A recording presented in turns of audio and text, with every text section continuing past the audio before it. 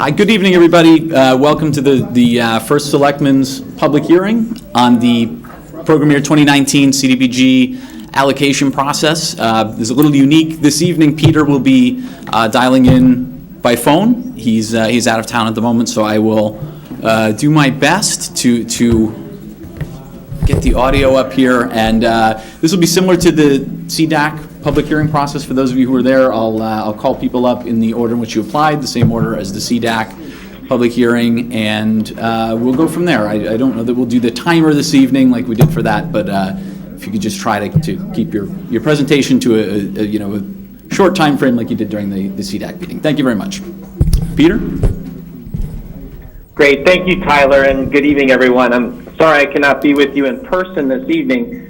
But I am interested in hearing about your specific programs and the requests that have come before the Community Development Advisory Committee.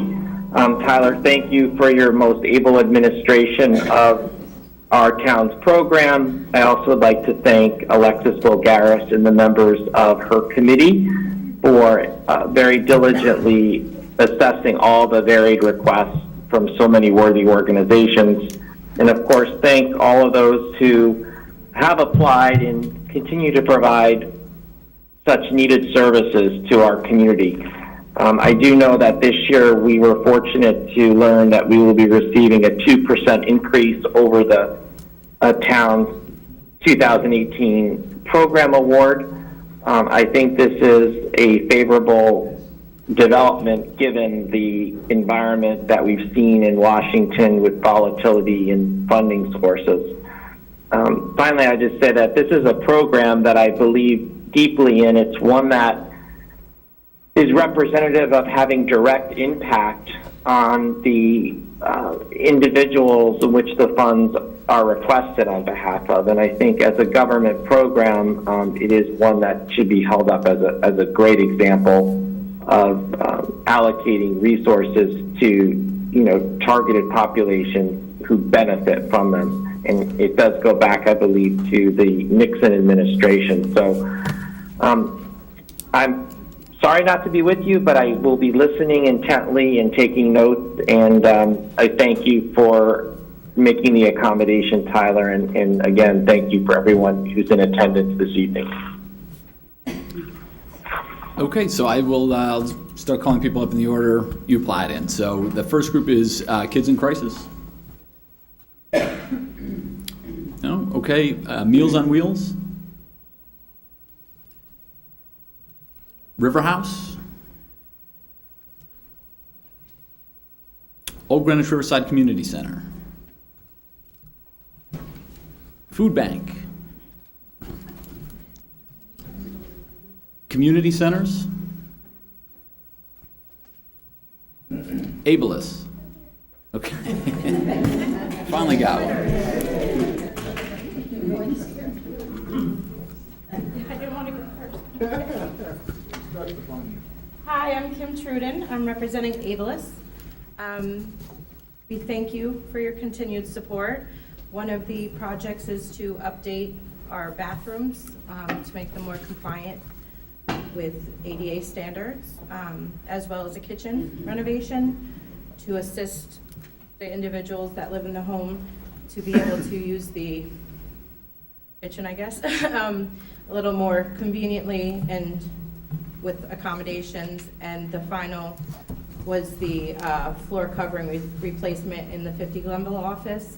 It's old, moldy, needs to be updated for health reasons, amongst safety concerns as well. Yeah. And thank you again. Thank you. Okay, Boys and Girls Club. Community Health Center. No. Neighbor to Neighbor. Mothers for Others. Greenwich Library.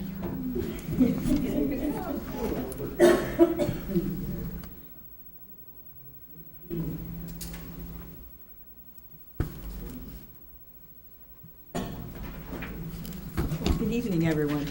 Greenwich Library has requested $65,000 as part of a larger project to renovate, to reimagine and renew and repurpose the main library. And the lower portion of the library, the lower level, which abuts the parking lot, is an area that we specifically requested funding for because we plan a new second, actually third, public entrance to the library. And this particular entrance at the lower level will allow for anyone who is temporarily or permanently handicapped or moms with strollers to enter the library from a flat level from the parking garage. And the new vestibule and the fixtures for that doorway are part of that $65,000 that we are requesting. And in addition to being right outside of the auditorium, the entrance will be very close to where the handicap parking spaces are, but it would actually accommodate anyone who's on that portion of the parking lot. The alternative is that for those who are entering the library, they would either have to come up very steep stairs or down a long ramp to the main entrance of the library. So while part of the library will be closed off while we are doing this renovation, that's what our request is for. And I wanted to thank the Community Development Block Grant organization for not only considering this grant, but also having funded a significant dollar amount for the renovation of the Byram Schubert Library and the expansion of that library in 2008. And that was the last time that we appeared before you, and we're very successful, and I'm hoping that that will be true this time as well. Thank you. Thank you, Barbara. Okay, next up, Pathways.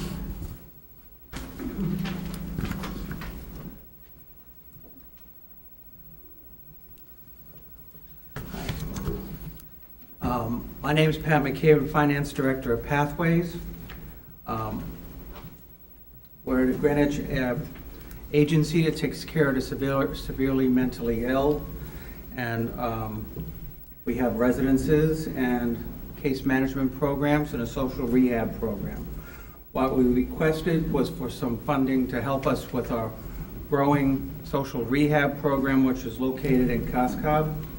And what among the things that we asked for was for a generator for our new building, which is actually being in the process of going to start construction in the next couple of weeks on that building. So we're very happy that you've supported us in the past, and hoping for more in the future. Thank you. Okay, thank you. Child Guidance.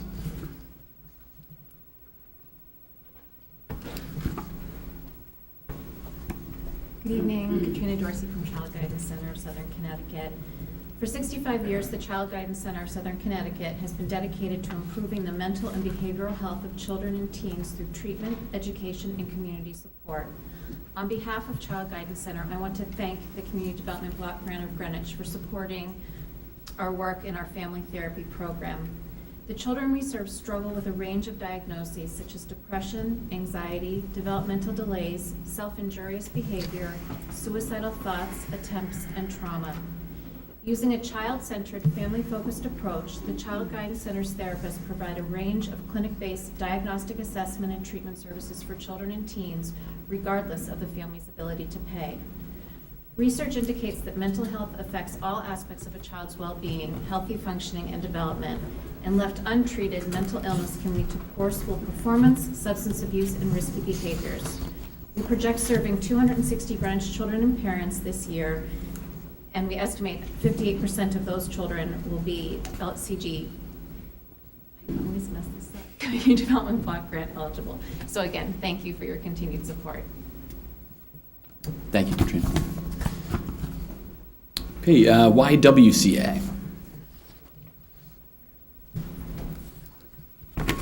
Good evening, Mary Lee Kiernan here with Kathy Seiden from the YWCA. We have applied for the Crisis Intervention Services for Domestic Violence. We're really grateful to receive a recommendation again from CDAC. We had applied for 30,000 in support, and the recommendation is 7. So we're grateful for this grant. It would support 2 hotlines. Of course, our public hotline, where we receive over 3,500 calls a year, the hotline that runs to the police department for emergency response, as well as our shelter and our crisis counseling.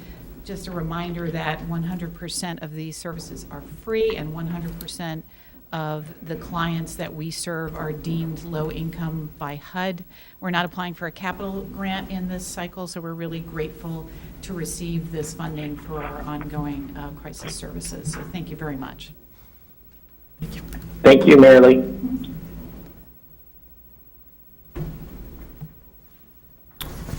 Okay, next up, family centers.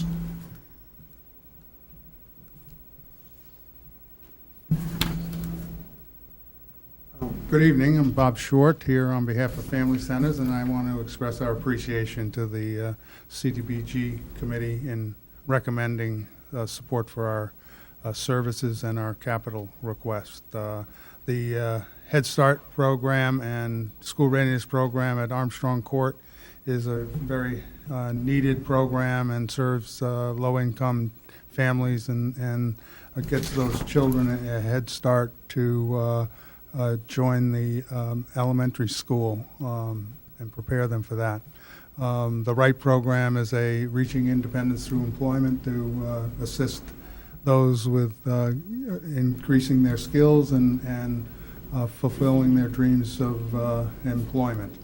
We also appreciate the capital support for and allowing us to have a handicap bathroom at our Bridge Street office, where people can use that who are handicapped and wheelchair bound. So thank you again, and appreciate the support. Thanks, Bob. Okay, Greenwich Botanical Center. Hi, I'm Diane Lampert, and I'm representing the Greenwich Botanical Center.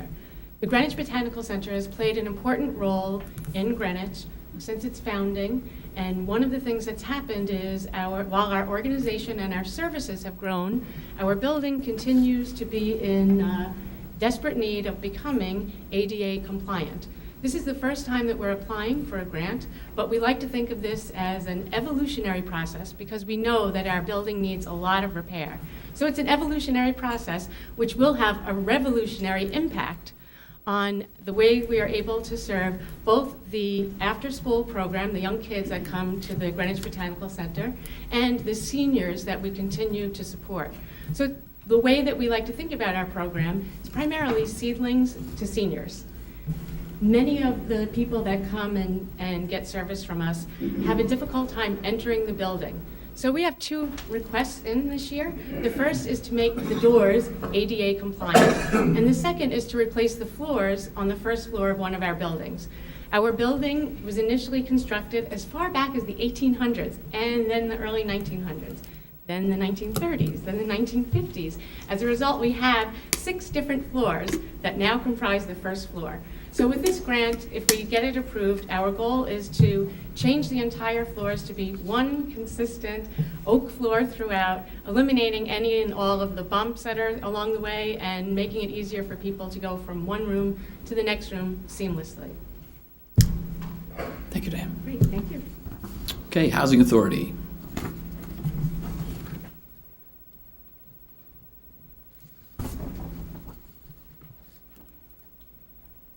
Hi, this is Tony Johnson, Executive Director of the Greenwich Housing Authority. I'm here with Sam Romeo, the Chairman of the Housing Authority, and Terry Medulla, Deputy Director of the Housing Authority. We provide low-income and moderate housing to the residents of Greenwich, Connecticut.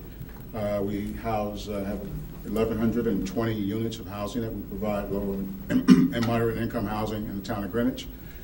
We had applied for 2 grants, one being a grant for Wilbur Peck to renovate kitchens in a 110-unit family building that have not been renovated since construction of the building, and also a playground that we did receive funding for. In the past, we've been very appreciative of the funding that we've received for our low-income residents and their housing needs.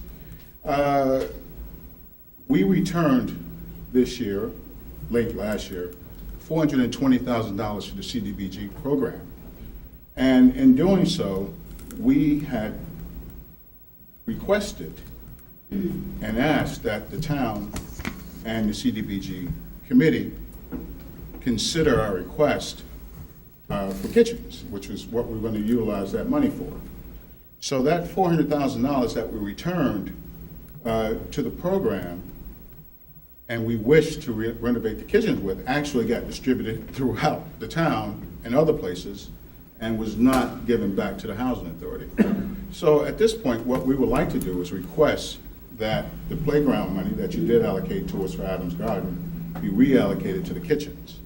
It's a $1.6 million program, of which we have $1.2 million. So the $400,000 would have made up the difference in the program cost to complete these kitchens. We've done kitchens throughout all of our other properties. Kitchens for low-income families change lives, and it improves the quality of life in these residences, which are very small. And as anyone who knows anything about housing, a kitchen and a bathroom really is basically makes up the place that you live, the quality of that. So with that, I want to turn it over to our chairman, Sam Romeo. Yeah, we feel, first of all, good evening, Peter. We feel that it's a more worthwhile project to put the kitchens in at Wilbur Peck. If you're aware of it, they are the original kitchens. They're made out of plywood.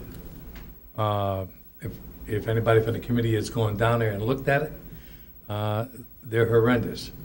When we did the bathrooms at Wilbur Peck, and I went in and was inspecting the jobs and watching the process, I was appalled at the condition of those kitchens.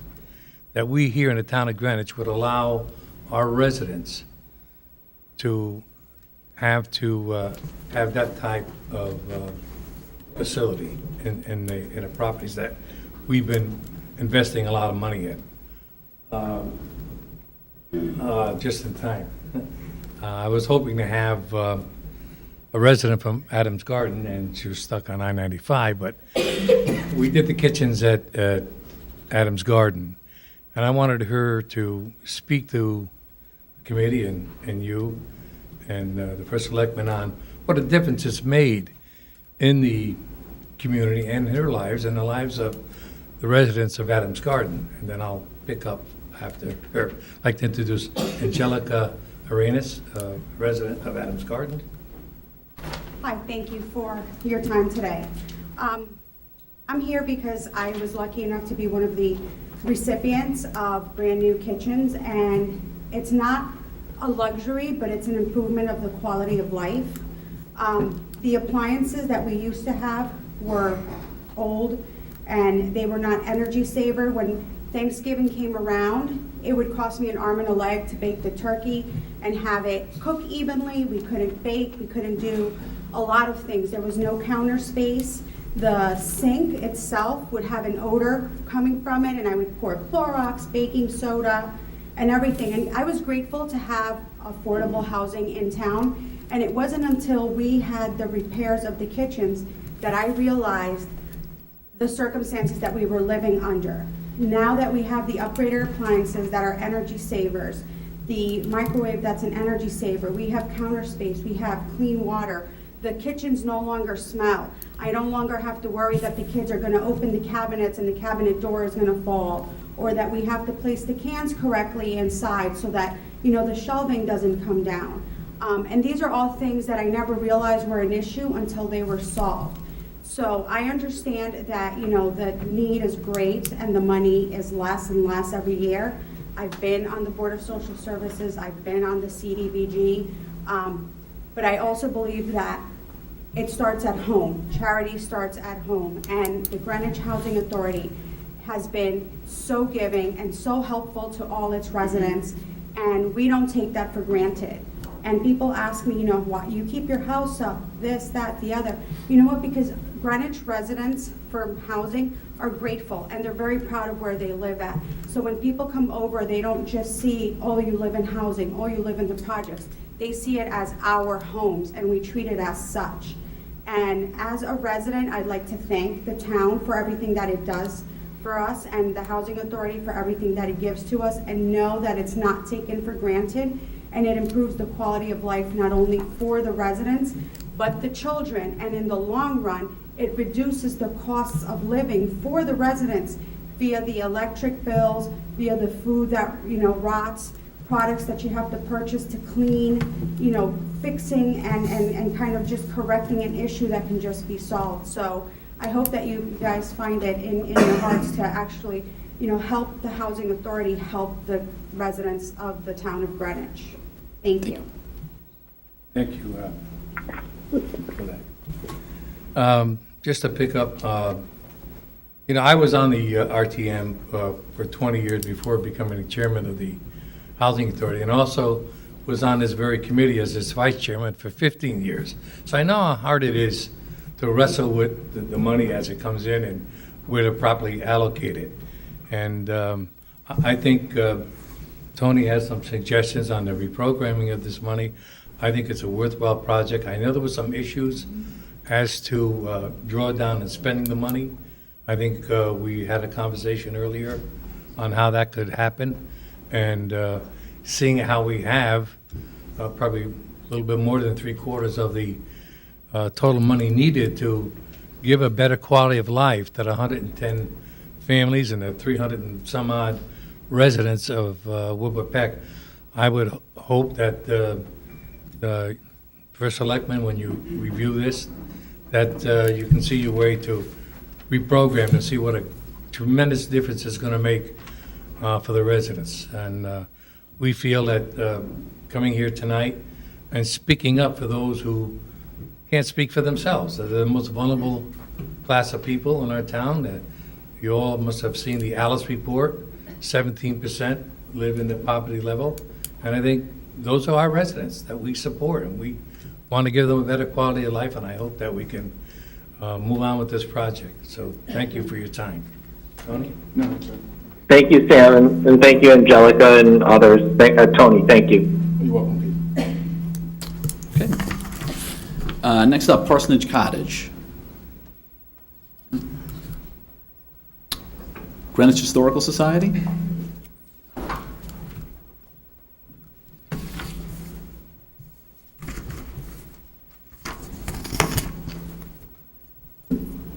Thank you, Tyler, and thank you, Selectmen.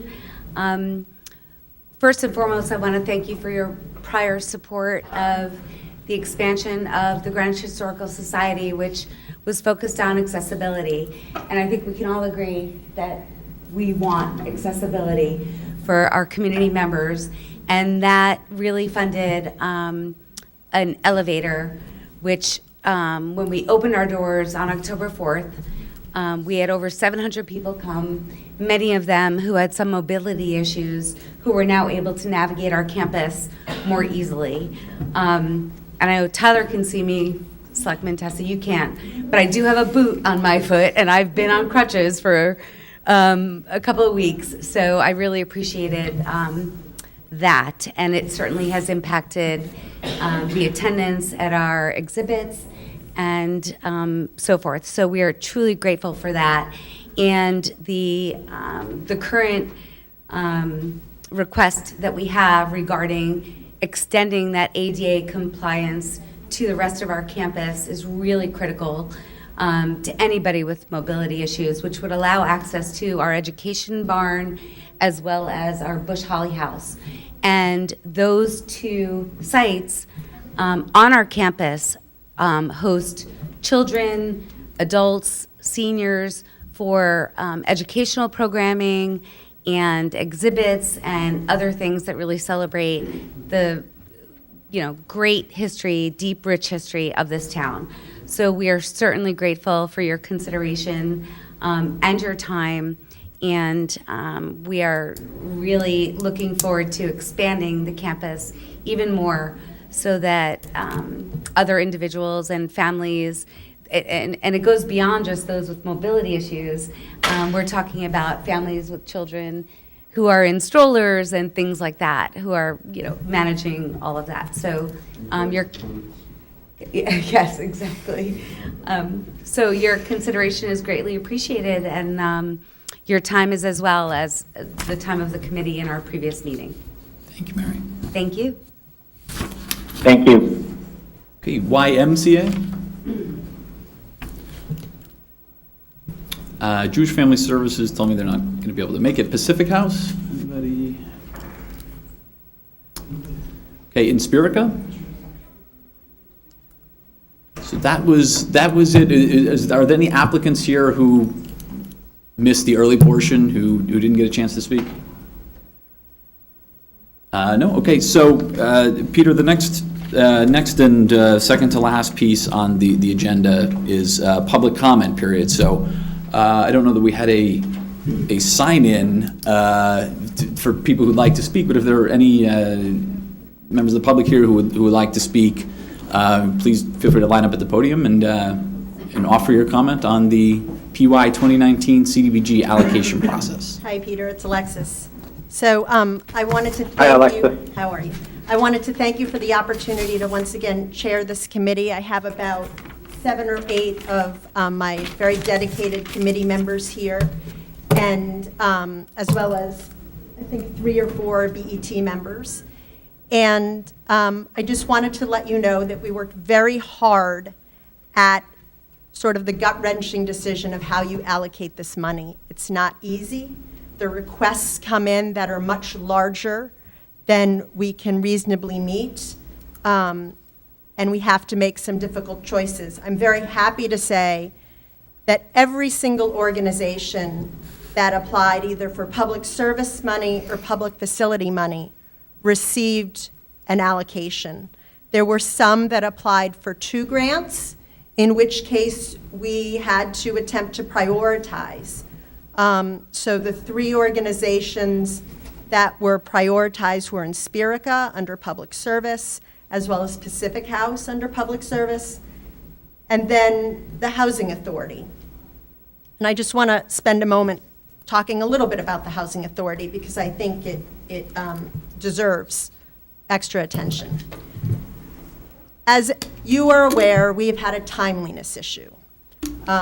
If block grant fails to spend money down properly, HUD can come in and basically remove funding from us. So last year, Tyler amended the schedule in which we conduct block grant because the Housing Authority had over $700,000 in unspent funds with projects dating back to 2015. The net result of that is had we not amended the schedule, block grant would have lost $500,000 in funding. Effectively, our program would have collapsed. So when the Housing Authority comes and says there are some issues, I think they are glossing over the issues in a way that doesn't really do it justice as to how serious the problem is. We have been very generous with the Housing Authority. Over the years, they have received over $3.6 million. They are typically the largest beneficiary of block grant money. However, given their current inability to manage projects and spend them down in a timely way, the committee unanimously decided to fund a smaller project, that was the Adams Garden Playground, and forego a very large project that would be very unlikely to be completed from October when they get the money to May when they'd have to sign out and effectively meet the timeliness standard. They still have outstanding money. Even if they turn in their timeliness by May 2nd next week, they still have over $200,000 in outstanding money. It's very important to everyone in the community that they are able to benefit from block grant money. We cannot have the program collapse because a program is unable to spend their money down properly. And that was the driving force for our committee, which again voted unanimously to support an Adams Garden Playground, which can be done in a timely manner without jeopardizing the fate of the program with a very large expenditure to Wilbur Pet Kitchens. No one on the committee has anything against the Housing Authority, the residents of the Housing Authority. I've sat on the committee when we did the Adams Garden Kitchens. I know the value of kitchens. I'm a social worker. Nobody is suggesting that this is an unworthy group. We are simply suggesting that the timeline and the execution would likely not be done in time, and that could put us in a very difficult situation. Thank you.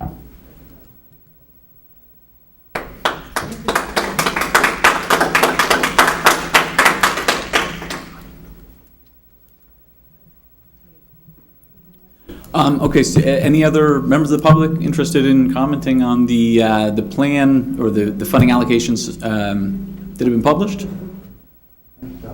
No one else, so Peter, do you have any other questions or comments? Sure. If you could just discuss briefly the $420,000 of the funds that were referenced earlier in the discussion by the Housing Authority. On the sheet it says reprogram funds unallocated from prior years to program year 2019. If you could just talk about that in terms of it has to be reprogrammed, but it doesn't necessarily go back to the initial recipient. Yeah, that's absolutely Meaning right. that it goes into the general fund. It goes into the general fund of the program. Right, so that funding... It goes into the pool. Exactly. That funding was for, as I understand it, a CDBG loan from 2004 to the Housing Authority to develop ownership units on Hollywood Lane. It was kind of an unfortunate situation where you had the housing market crashing, and the result of that was when people went to resell those units, there's a resale restriction attached to them. So the short version of it is that there was really no way to keep those affordable because the buyers would have gone underwater in a bad way. So the Housing Authority repaid that money because the ownership units failed to meet the definition of serving low-income people. They were able to sell them to whoever at market price. So when that money comes back to the town, it is not earmarked for any particular organization. I was very clear about that with the Housing Authority. I mean, I was not here when that project started, but I was here when they made the repayment, and I was certainly clear that that money was not being set aside for the Housing Authority. That money goes back into the eligible pool. Just like any other program income that comes in is then distributed through the same open public allocation process as our entitlement funds are. So that is the background on those funds. Thank you. No, I appreciate that for public edification. I would just conclude by saying the following. First, thank all those who come out tonight to speak on behalf of their requests. And again, thank the members of the committee that have so diligently acted as fiduciaries for our town in evaluating those requests and providing me with the recommendations. As this is my final year with the Community Development Block Grant Program as first selectman, I just wanted to say that out of so many of the things that the office of the first selectman is responsible for, this particular program is certainly one of the top tier in that it is a program that directly benefits really vulnerable people in our community. And as was mentioned tonight by so many of the participants, they're all providing critical services to vulnerable populations throughout our town. And I really respect and appreciate all that they do and all that the committee does to see to it that we allocate these in the most prudent and judicious manner. So truly, thank you, everybody. Thank you for providing such important services. It is all about people. That's what we do day to day. All of us is serve people, and I really want to thank you for continuing to champion those populations and those communities each and every day. So thank you very much, and it's been a real pleasure to work with all of you. Thanks, Peter.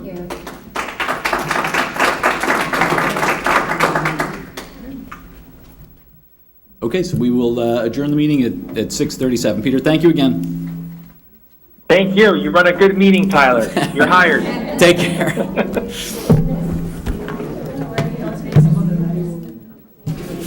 Tyler, with you and John here, you can seize power while Peter's gone.